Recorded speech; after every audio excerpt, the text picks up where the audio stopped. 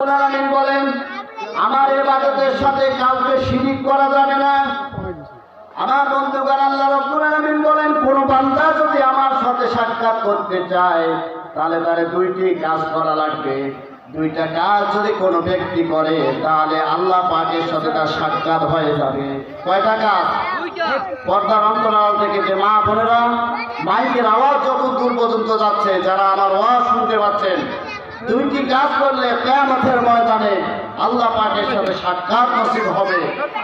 আল্লাহ রাব্বুল আলামিন বলেন ফামান কানা ইয়ারজু লিকা রাব্বিহি ফালইআমাল আমালান সালিহান ওয়া লা ইউশরিক বিইবাদাতি রাব্বিহি আহাদা।